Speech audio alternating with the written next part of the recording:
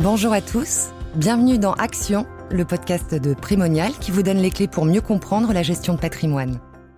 Pour ce premier numéro, nous allons découvrir comment sont nés les marchés financiers et comment ils se sont développés.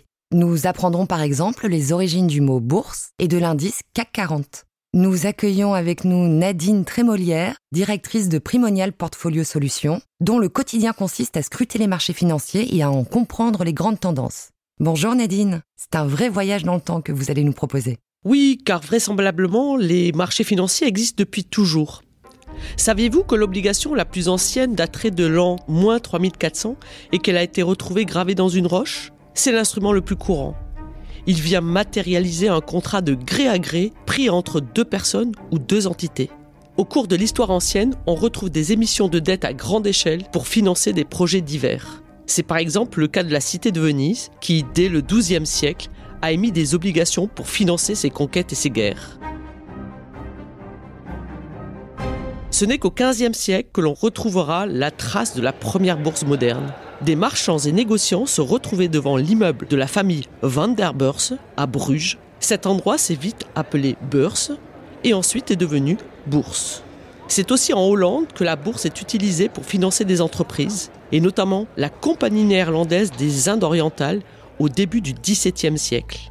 Vous pouviez acheter des actions de cette compagnie et vous receviez des dividendes provenant des bénéfices des différents voyages vers l'Inde et l'Asie.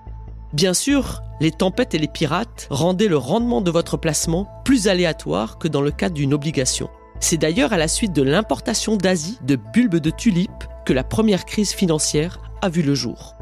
Entre novembre 1636 et février 1637, les prix des contrats d'achat de tulipes sont multipliés par 12 avant de s'effondrer en seulement 3 semaines, ce qui aboutira au krach des tulipes. En France, les premières bourses de commerce apparaissent au milieu du XVIe siècle, tout d'abord à Lyon, pour ensuite se développer à Toulouse, puis Rouen. Ce n'est qu'en 1724 que naît la Bourse de Paris. Divers sites parisiens se succéderont avant que la Bourse de Paris s'installe définitivement au Palais Brongniart en 1826. En 1774, le parc est réservé aux agents de change et mis en place. Les cours doivent être obligatoirement criés et ces échanges à la criée ne disparaîtront qu'en 1988. Ils seront alors remplacés par des échanges électroniques utilisant le système de cotation assistée en continu, ou CAC. C'est de là que provient le nom de l'indice boursier français, CAC 40. Jusqu'au milieu du 19e siècle, les obligations dominent le marché. Les actions pèsent moins d'un tiers des bourses de valeurs européennes, où l'industrie est absente. Aux États-Unis, la bourse s'installe tout d'abord à Philadelphie en 1790. Mais progressivement, la bourse de New York, créée 2 ans plus tard, deviendra la place de référence pour toutes les entreprises américaines. L'indice Dow Jones est créé en 1896 et devient le premier indice entièrement industriel de l'histoire, avec la cotation notamment de General Electric. La deuxième révolution industrielle et ses progrès dans l'électricité et l'automobile vont assurer le développement rapide des bourses internationales. En 1914, les États-Unis passent de 200 000 porteurs de titres à plus de 20 millions, grâce aux Liberty Bonds, des obligations d'État émises pour financer la guerre. Des boutiques de bourse ouvrent partout dès les années 20. Au cours de la seule année 1929, 1 million d'Américains achètent 300 millions d'actions à découvert, c'est-à-dire en les finançant par emprunt. Dopé par cet endettement, une bulle spéculative se forme en se focalisant sur 3 secteurs, l'aviation, la radiodiffusion et l'automobile. Le jeudi 24 octobre 1929, surnommé le jeudi noir, c'est le krach. Les cours s'effondrent et la baisse se poursuivra pendant 3 ans, affectant l'ensemble des économies à l'échelle mondiale. Près de 100 ans plus tard, 1931 est toujours considéré comme la pire année de l'histoire boursière américaine, avec une baisse de plus de 55% sur un an.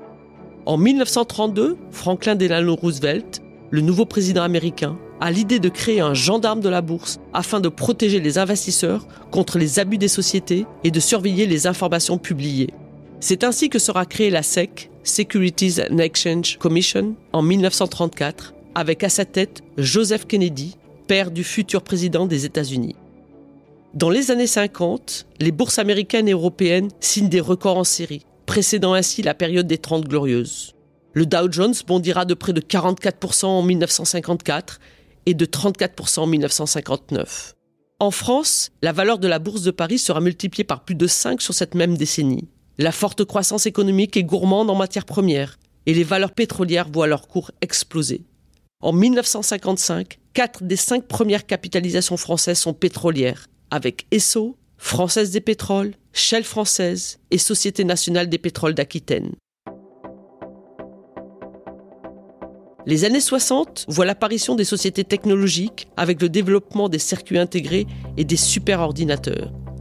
Les États-Unis subissent un krach financier en 1962 sur ces valeurs après d'intenses positions spéculatives sur de jeunes sociétés informatiques peu matures. Cependant, des gagnants se dégagent, tels qu'IBM dont le cours de bourse sera multiplié par 5 sur la décennie. La création de l'indice Nasdaq, regroupant des valeurs technologiques américaines, assoira la prédominance des États-Unis sur cette industrie dès le début des années 1970. Néanmoins, la décennie à venir sera moins prospère en raison des 2 chocs pétroliers de 1973 et 1979. Les tensions géopolitiques au Moyen-Orient débouchent sur une flambée du prix du pétrole, ce qui conduira à une récession mondiale qui perdurera jusqu'en 1982.